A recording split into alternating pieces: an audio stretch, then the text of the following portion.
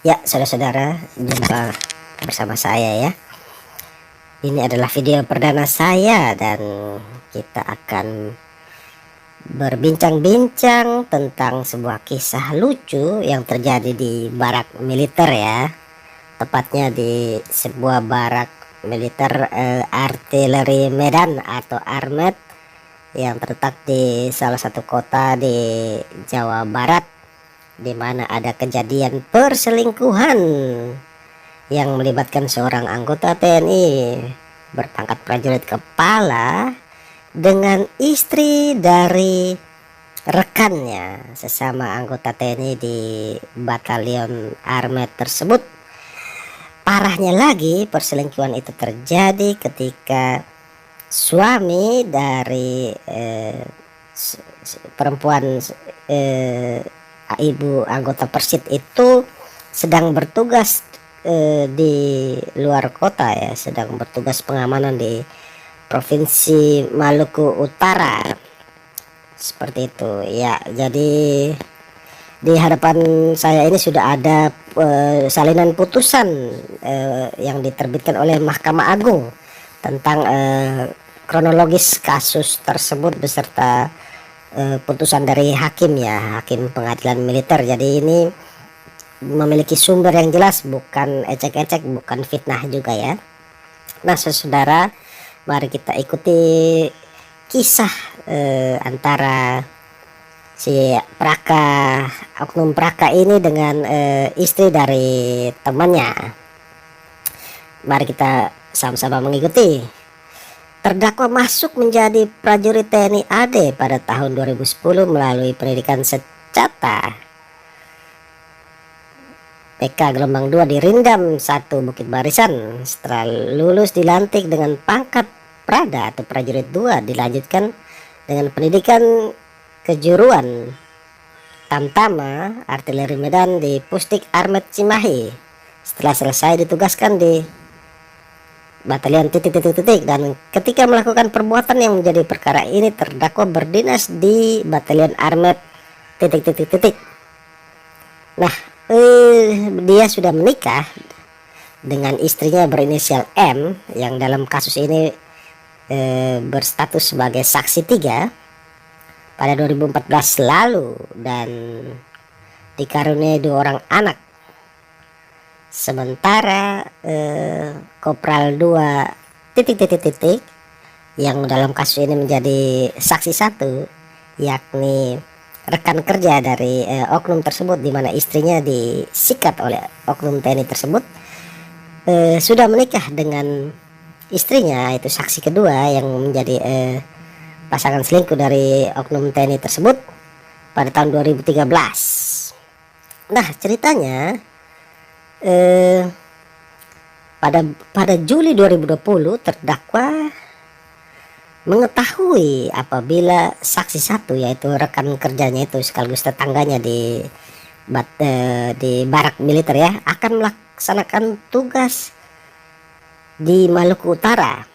Selanjutnya terdakwa mengirimkan pesan WhatsApp ke nomor HP saksi 1, yaitu rekannya tersebut, untuk menanyakan kabar. Terdakwa juga berpesan agar membawa oleh-oleh, namun karena saksi 1 atau rekannya itu tidak segera membalas pesan dari terdakwa, selanjutnya saksi 2, yaitu istri dari saksi 1, yang membalas pesan dari terdakwa tersebut. Lalu pada bulan Agustus 2020 saksi 1 berangkat untuk melaksanakan tugas pengamanan daerah rawan di Maluku Utara. Nah sehingga saksi 2, yaitu istrinya, tinggal sendirian di asrama batalion Armet tersebut. Kemudian terdakwa si Praka itu mengetahui saksi 1 sudah berangkat melaksanakan tugas.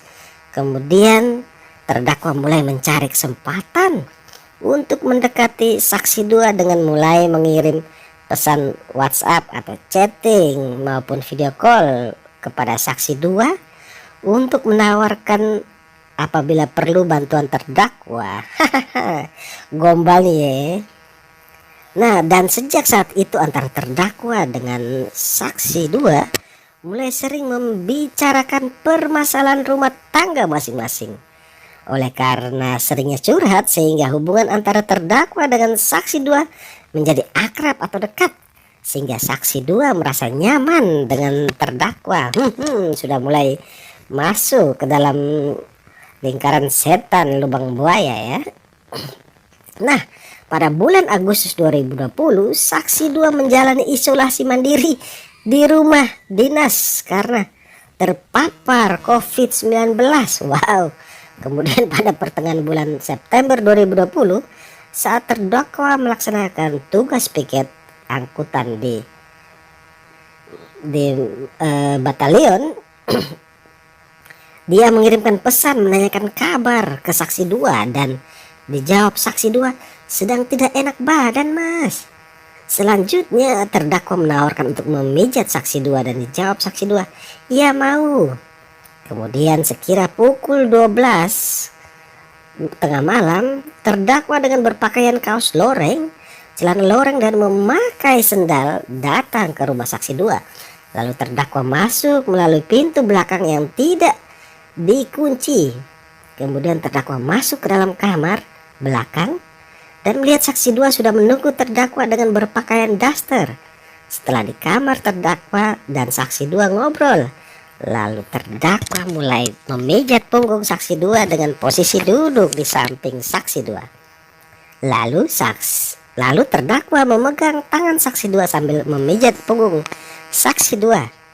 Lalu merayu dan meremas-remas gunung kembar saksi dua, mencium kening dan bibir saksi dua hingga bercumbu. Setelah bersama-sama terangsang, kemudian terdakwa membuka pakaiannya hingga telanjang bulat. Lalu merubah posisi tubuh saksi dua menjadi terlentang sambil membuka baju dan celana saksi dua, sehingga saksi dua telanjang setengah badan. Kemudian terdakwa menindih badan saksi dua dan mencium bibir seksi serta meremas-remas payudara saksi dua. Kemudian terdakwa memasukkan penisnya yang sudah tegang ke dalam Miss V saksi dua sambil menggerakkan naik turun selama kurang lebih 5 menit. Lalu terdakwa mencabut penisnya dan mengeluarkan sperma di atas perut saksi dua. Nah, 5 hari kemudian sekitar September 2020, terdakwa melaksanakan tugas piket di batalion. Saat itu terdakwa dengan saksi dua kembali melakukan persetubuhan di rumah dinas yang ditempati oleh saksi dua. Adapun persetubuhan tersebut dilakukan dengan cara-cara yang sama seperti persetubuhan yang pertama. Nah, saudara-saudara, bahwa pada bulan Februari 2021, hari dan tanggal yang sudah tidak dapat diingat lagi, sekira pukul 2 dini hari, saat anak terdakwa sedang sakit, di HP terdakwa telah masuk telepon dari seorang namun tidak diangkat oleh terdakwa, sehingga saksi 3 atau istri dari terdakwa menjadi curiga, lalu bertanya kepada terdakwa, telepon dari siapa? Dijawab terdakwa, dari angkutan. Namun saksi 3 tidak percaya, lalu mengecek HP terdakwa dan akhirnya mengetahui yang menelpon adalah saksi 2. Kemudian saksi 3 mendesak terdakwa untuk mengakui hubungannya dengan saksi 2. Namun terdakwa tidak mengakui. Dia tidak mau mengakui perbuatannya. Kemudian saksi 3 mendatangi rumah saksi 2 dan setelah bertemu, lalu saksi 3 mengajak saksi 2 ke rumahnya. Setelah di rumah terdakwa, saksi 3 bertanya kepada saksi 2, apakah ada hubungan dengan terdakwa? Namun saksi 2 tidak mengakui. Akan tetapi setelah didesak oleh saksi 3, lalu saksi 2 mengakui ada hubungan kedekatan dengan terdakwa dan sudah melakukan hubungan badan layaknya suami istri dengan terdakwa di rumah dinas yang ditempati oleh saksi 2 sebanyak 2 kali. Nah, setelah mendengar pengakuan tersebut, istri dari si oknum Praka ini menjadi kecewa dan marah kepada saksi 2 maupun suaminya atau terdakwa. Selanjutnya saksi 3 meminta kepada saksi 2 agar memberitahukan hal tersebut kepada suaminya, ya ini saksi 1. Nah, pada 31 Juli 2021 pada pukul 16.30 saat saksi 1 sudah kembali dari tugas di Maluku Utara, saksi 2 menceritakan kejadian tersebut kepada saksi 1 bahwa mereka sudah enak-enak, sehingga istri dari terdakwa atau saksi 3 marah-marah kepada saksi 2. Mendengar penyampaian dari saksi 2 tersebut, saksi 1 selaku suami sah dari saksi 2 menjadi marah dan tidak terima. Ya iyalah tidak terima, dia lagi tugas di luar daerah, istrinya diembat sama temannya. Selanjutnya saksi 1 melaporkan perbuatan terdakwa ke Kesatuan John Armet ... Dan kemudian diproses hukum, termasuk hukum pidana militer ya.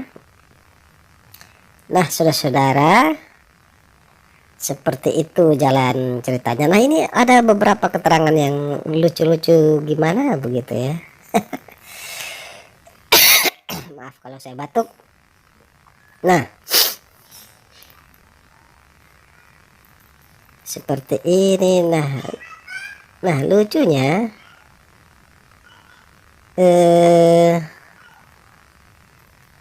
ini adalah keterangan dari para saksi ya. Tidak saya bacakan semua, terlalu panjang saudara-saudara ya. Nah ini keterangan dari saksi 2. Saksi 2 itu perempuan, istri dari rekannya yang diembat oleh oknum tentara ini ya. Saksi 2 ini kelahiran Garut 27 Juni sekian ya. Tidak saya bacakan ya. Nah saksi kenal terdakwa pada tahun 2014 karena sama-sama tinggal di asrama John Armet. Benar bahwa saksi adalah istri dari Kopral 2 XXX yang menikah secara kedinasan. Nah dia kemudian cerita bahwa pada Juli 2020 ada pesan WhatsApp masuk ke HP suaminya dari terdakwa yang mengatakan, "Bang jangan lupa oleh-oleh ya," karena suaminya kan mau tugas ke luar kota gitu kan. Nah tapi suaminya tidak membalas, jadi dia yang membalas. Nah kemudian pada Agustus 2020 terdakwa mengirimkan pesan pada saksi, "Gimana kabarnya Bu?" Selanjutnya terdakwa menawarkan bantuan kepada saksi apabila saksi membutuhkan bantuan, dan saksi membalas pesan dengan jawaban, "Iya makasih Om." Selanjutnya mereka sering kirim WhatsApp dan melakukan video call dengan durasi yang lama 30 menit curhat tentang masalah keluarganya. Bahwa kemudian saksi pernah meminta bantuan terdakwa untuk mengangkat galon dan tabung gas, sehingga terdakwa datang didampingi istri terdakwa. Nah setelah itu pada September 2020 pukul 23 saat saksi sedang sakit, terdakwa melakukan panggilan video call dan menanyakan kabar kepada saksi. Sedang apa? Dan saksi menjawab sedang tidak enak badan. Kemudian terdakwa berkata, "Saya ke rumah ya." Saksi menjawab, "Nggak usah Om." Namun terdakwa tetap memaksa. Akhirnya saksi mengizinkan dan terdakwa datang ke rumah saksi melalui pintu belakang yang tidak dikunci sesuai permintaan terdakwa. Pada pukul 23.30 terdakwa masuk ke dalam rumah saksi membawa makanan dan obat-obatan. Saat itu saksi sudah tidur dan terdakwa membangunkan saksi untuk makan dan minum obat. Setelah selesai makan, terdakwa memijat punggung saksi dengan posisi duduk kurang lebih 5 menit sambil meremas-remas gunung kembar saksi. Wow. Bahwa pada posisi terdakwa duduk di samping saksi, terdakwa memegang tangan saksi sambil memijat punggung saksi, merayu-rayu dan meremas gunung kembar saksi, lalu mencium kening dan bibir saksi sehingga bercumbu dan sama-sama terangsang. Kemudian terdakwa membuka pakaiannya sehingga telanjang bulat, lalu merubah tubuh saksi menjadi telentang sambil membuka baju dan celana saksi sehingga saksi telanjang badan. Kemudian terdakwa menindih badan saksi dan mencium bibir saksi dan meraba payudara saksi, kemudian memasukkan penis terdakwa ke dalam vagina saksi lalu bergerak maju mundur selama 5 menit. Setelah itu terdakwa mengeluarkan spermanya ke dalam vagina saksi. Wah, ini ada sedikit perbedaan keterangan ya. Menurut si saksi dua yang merupakan yang berselingkuh dengan si terdakwa ini. Si terdakwa mengeluarkan spermanya di dalam vagina saksi dua ya. Sementara tadi keterangan tadi terdakwa mengatakan mencabut, takut jadi coy. Ya seperti itulah jalan ceritanya. Nah ini adalah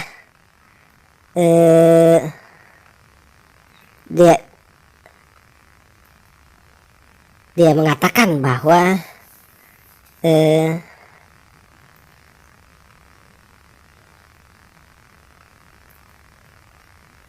dia